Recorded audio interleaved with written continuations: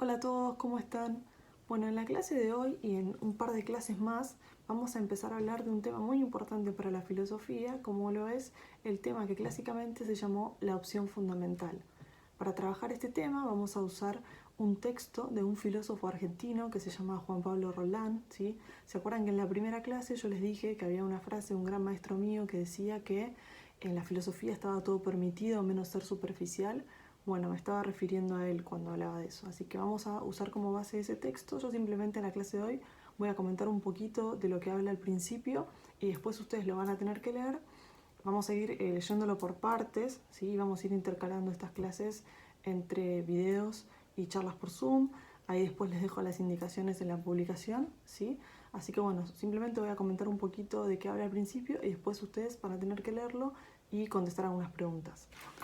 El autor empieza diciéndonos que si miramos la historia de la filosofía podemos ver que hay un montón de pensadores que son considerados valiosos, es decir, que pasaron a la historia considerados como grandes autores, pensadores con pensamientos muy diversos y que podríamos preguntarnos, bueno, entonces, ¿qué criterio tenemos para considerar a un autor valioso si el contenido de lo que están diciendo es distinto, si el contenido de lo que dicen es diferente? Y nos dice que los autores que son considerados grandes autores son autores que han sido profundos, no autores superficiales, sino, es decir, que estos autores no se quedaron en la chatura o en la superficialidad, sino que se animaron a ir a lo profundo, ¿sí? A profundizar en una postura filosófica, ¿sí? Y tratar de sostenerla, defenderla, responderla, teniendo en cuenta las herramientas que disponían en ese momento histórico, en esas circunstancias en las cuales ellos se encontraban. Roldán nos dice que a estos grandes autores había algo que los movía a filosofar, es decir, había algo que los movía a pensar lo que pensaban, a preguntarse lo que se preguntaban, a querer responder a lo que respondían. Y eso que los movía era una intención profunda, una motivación que podríamos decir que guiaba todo su pensamiento. Y eso es lo que se llama tradicionalmente en la filosofía la opción fundamental.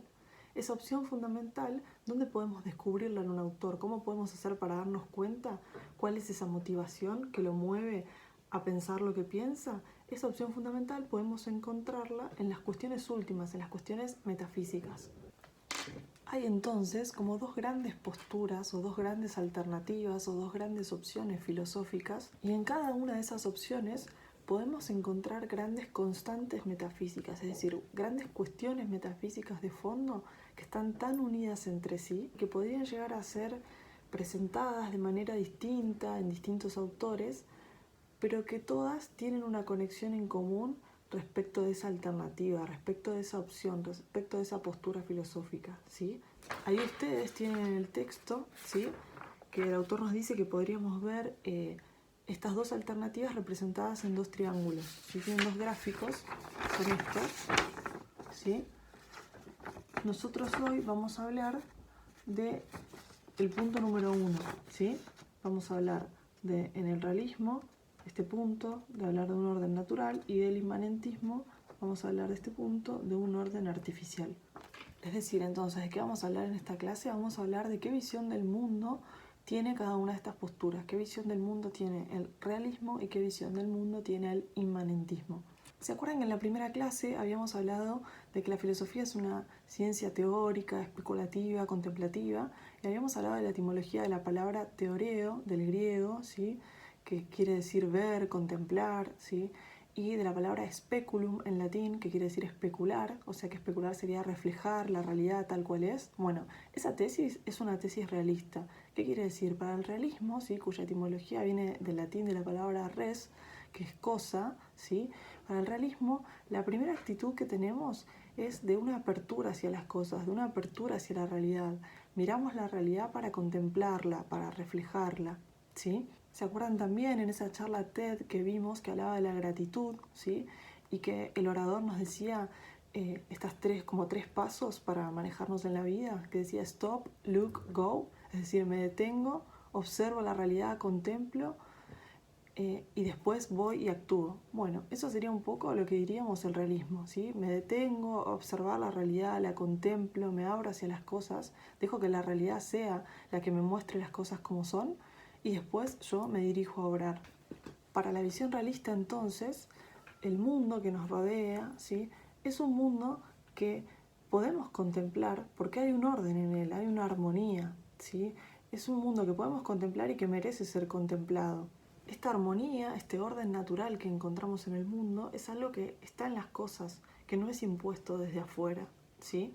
Nos dice Roldán que esta visión realista del mundo, esta visión de una armonía y de un orden natural, implica una visión positiva respecto de los límites, ¿sí? Porque el límite lo que permite es que cada cosa tenga su lugar, ¿sí?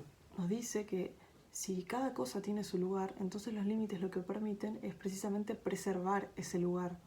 Los límites permiten distinguir un lugar del otro, ¿sí? Mi lugar del lugar del otro. La otra postura o alternativa filosófica se llama inmanentismo. Inmanentismo viene del latín manere in, que quiere decir permanecer en, ¿sí? Entonces, para esta postura, mi primera actitud frente a la realidad no es la de abrirme hacia las cosas, ¿sí? De apertura hacia la realidad, sino de permanecer en mí mismo. ¿Por qué? Porque no hay un orden natural que yo tenga para contemplar, sino que todo orden que encuentro es un orden impuesto, hecho por el hombre, impuesto desde afuera, ¿sí? No hay nada naturalmente dado, no hay nada para contemplar. Y mi primera actitud no tiene que ser entonces la de contemplar, sino la de querer transformar. Esta postura, los límites que encontramos, no son límites naturales, ¿sí?